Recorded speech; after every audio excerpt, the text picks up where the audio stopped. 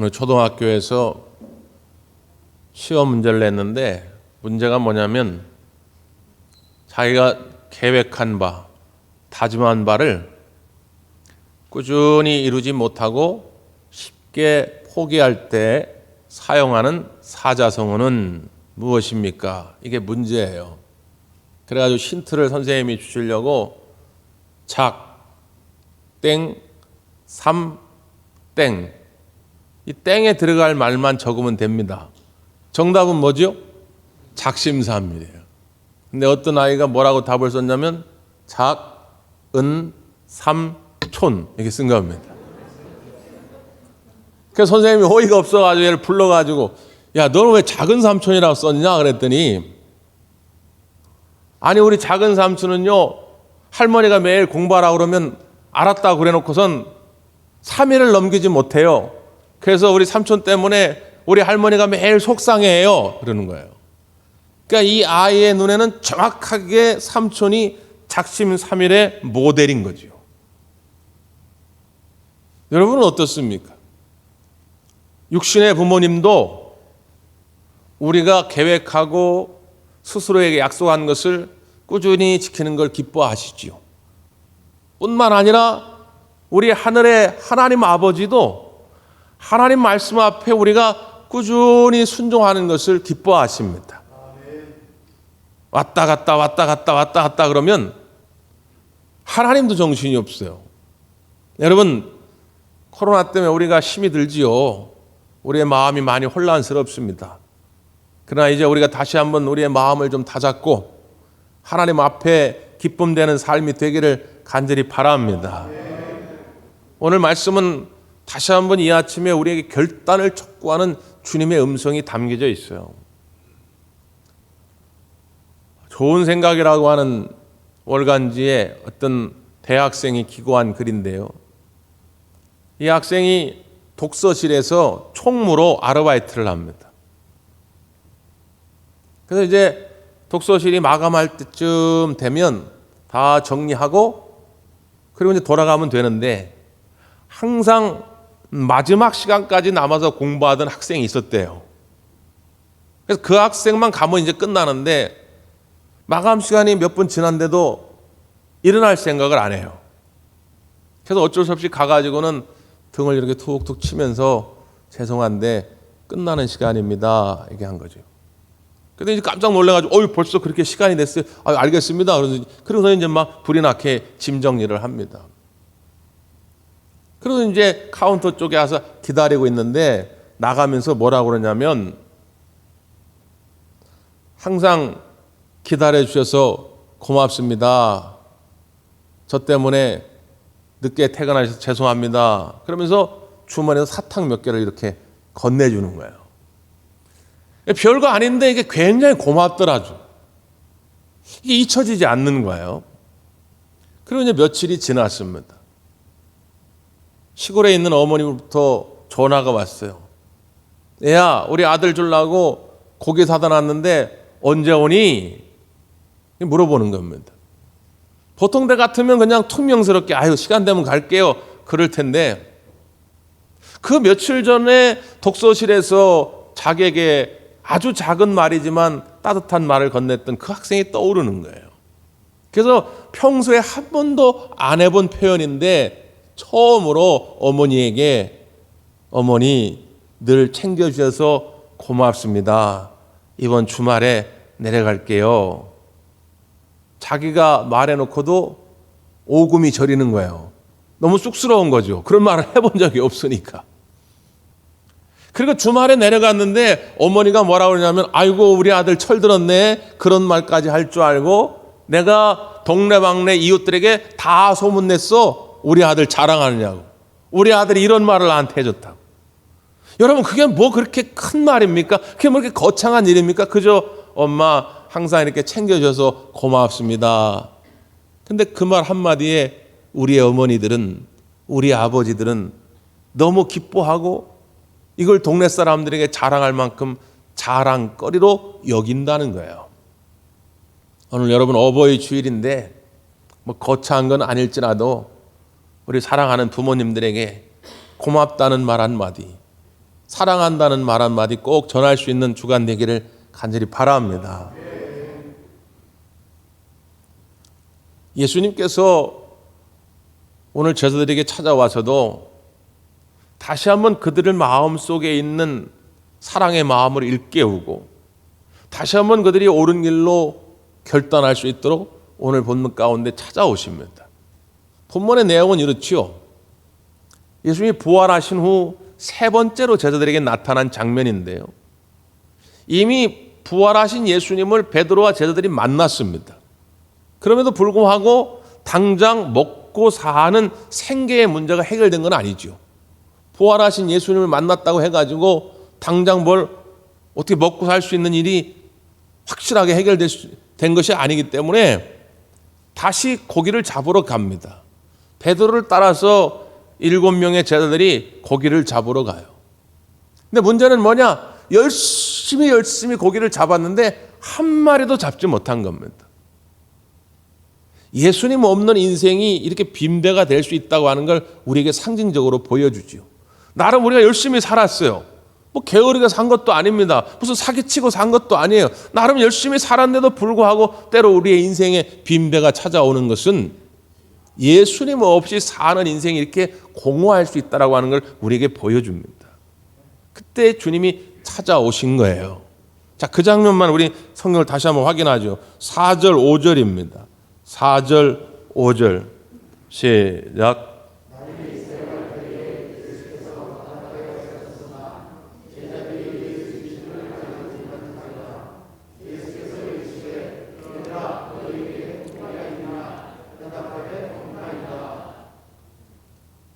예수께서 바닷가에 서 있는데 제자들은 알지 못했다는 거예요.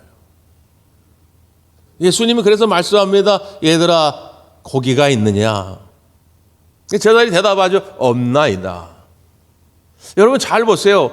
예수님이 이미 이전에 2번이나 제자들 가운데 나타나셨고 또 3번째 나타나셨음에도 불구하고 찾아오신 예수님을 제자들은 몰랐다는 거예요.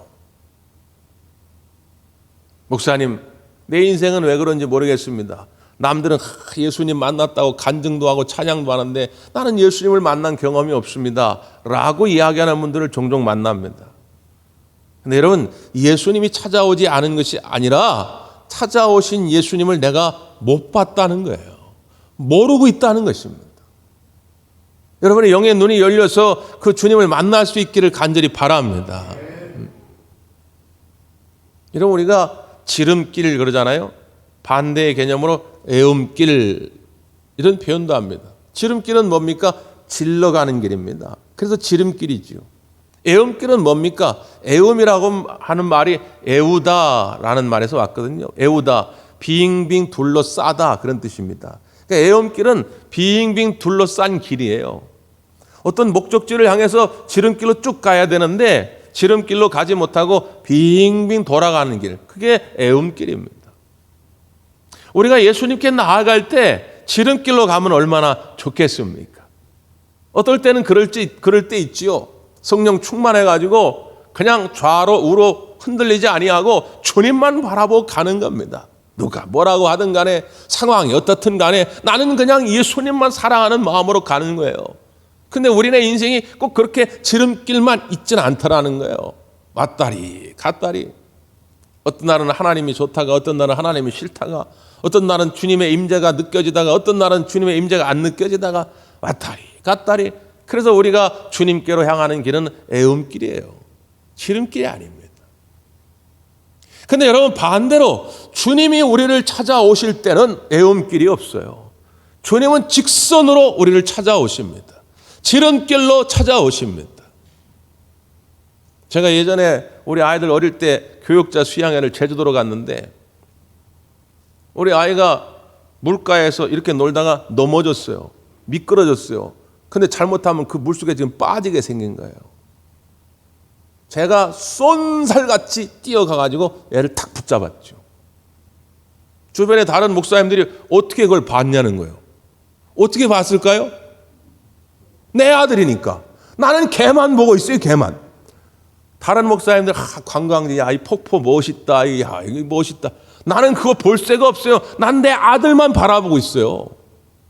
우리 주님이 우리를 바라보고 계시다가 우리가 필요할 때, 아파할 때, 우리를 살려야 할 때 주님은 직선으로 찾아오신다는 것입니다. 그 주님을 볼 수 있어야 돼요. 주님이 왜 찾아오십니까? 우리를 너무 사랑하시거든요. 요한복음 14장에 하신 말씀처럼 내가 너희를 고아와 같이 버려두지 아니하리니 내가 너희에게로 가리라. 주님 우리를 그냥 버려둘 수가 없어요. 지금 아무것도 잡지 못하고 절망 가운데 있는 이 제자들을 그냥 둘 수가 없어요. 그게 주님이 찾아오시는 거예요. 뿐만 아니라 이 제자들이 해야 할 사명이 있는 것이죠. 지금 이렇게 주저앉아 있을 때가 아닙니다. 이 제자들을 일깨워가지고 세계 복음화의 비전을 이뤄가는 큰 일꾼들로 세워야 하는 것이죠. 나는 아니라고 생각할 수 있어요. 나는 이제 지쳤다. 나는 이제 힘이 없다. 나는 시간이 없어. 난 돈이 없어. 난 건강이 없어. 나는 은사가 없어. 나는 그렇게 생각할 수 있어요. 제자들도 지금 그렇게 생각할 수가 있어요. 그러나 주님이 볼 때는 아니라는 거예요. 여러분, 이 세상에 은사 없이 태어나는 사람은 단 한 사람도 없습니다.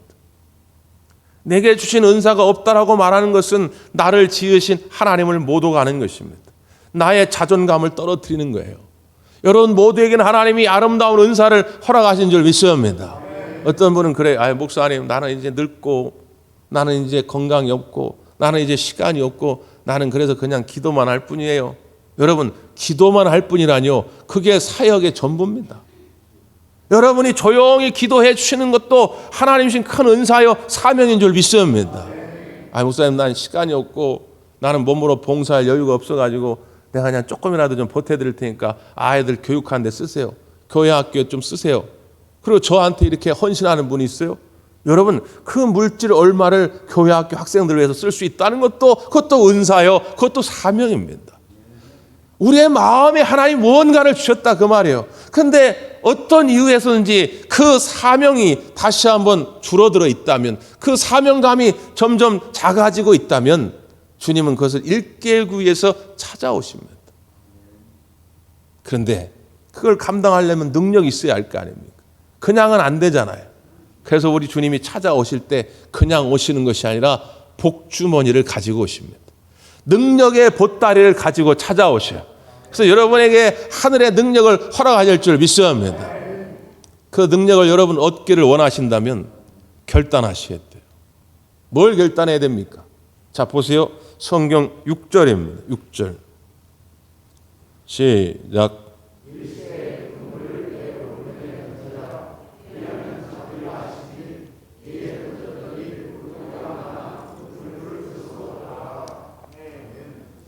그물을 배 오른편에 던지라. 그리하면 잡으리라.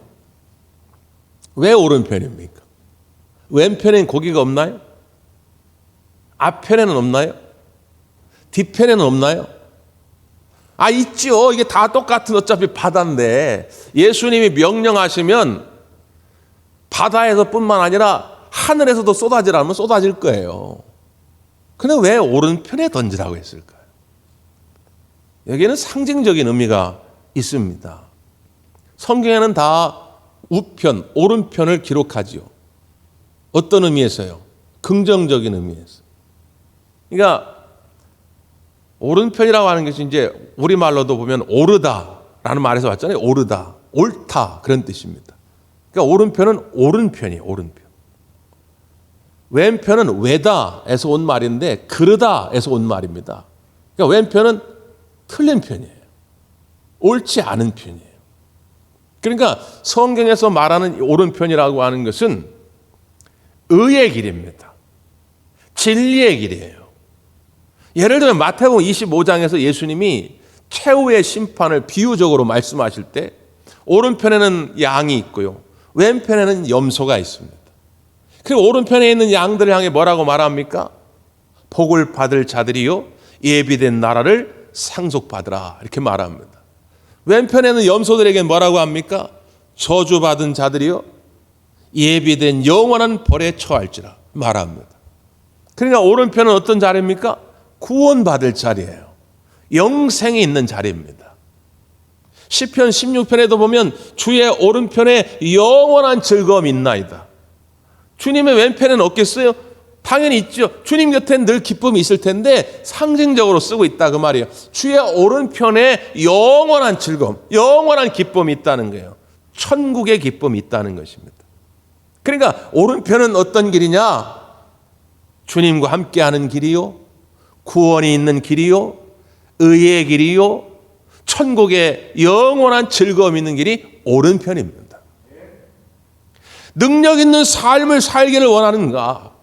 이 인생의 빈배가 다시 가득 채워지는 삶이 되기를 원한다면 이 오른편을 택해야 한다는 것입니다. 때로는 왼편이 좋아 보일 때가 많아요. 왼편은 세상의 길입니다. 왼편은 멸망의 길입니다. 그럼에도 불구하고 이 왼편이 좋아 보일 때가 많다 그 말이에요.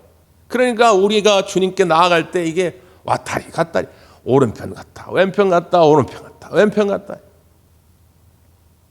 오늘 이 시간 결단해야 한다 그 말입니다.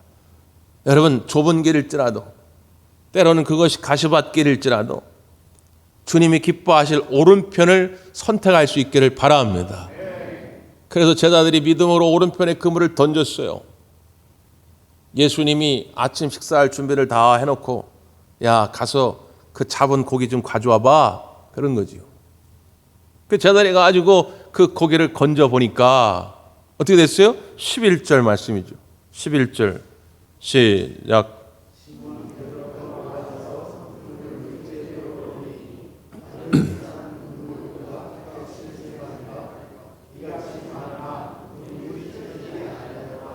아멘. 몇 마리요? 153마리. 우리 153의 비전을 담고 있죠. 왜 153마리일까요? 어떤 분은 1 더하기 5 더하기 3은 9잖아요. 목사님, 가보가 최고의 가보. 예수님 시대에 화투가 없었어요. 도리직구땡 없었습니다. 그런 의미가 아니고요. 아무런 의미는 없어요. 153마리 숫자에 어떤 의미가 있지는 않습니다. 그러면 어떤 의미가 있을까요? 배가 가득 찼다는 거예요. 그 배가 가득, 그물이 가득 찰 정도의 마리수가 153마리라는 겁니다. 이전에는 경험할 수 없었던 만선의 기쁨을 제자들이 경험하게 된 것이죠. 여러분, 결단해서 오른편으로 나아가시면 여러분이 그동안 경험하지 못한 큰 기쁨이 여러분 가운데 있게 될 줄 믿어야 합니다. 미국의 성서 고고학자인 찰스 셔라고 하는 분이 있어요. 평생 이스라엘에서 고고학을 연구한 분입니다. 고고학자들이 맨날 이렇게 땅 파가지고 유적 발견하고 그러는데, 그러다가 이제 미국에서 초청을 받아가지고 미국 신학대학에서 이제 강의를 해요. 그러다가 어느 날 큰 교통사고를 당하게 됩니다. 그래서 의식불명이 돼요.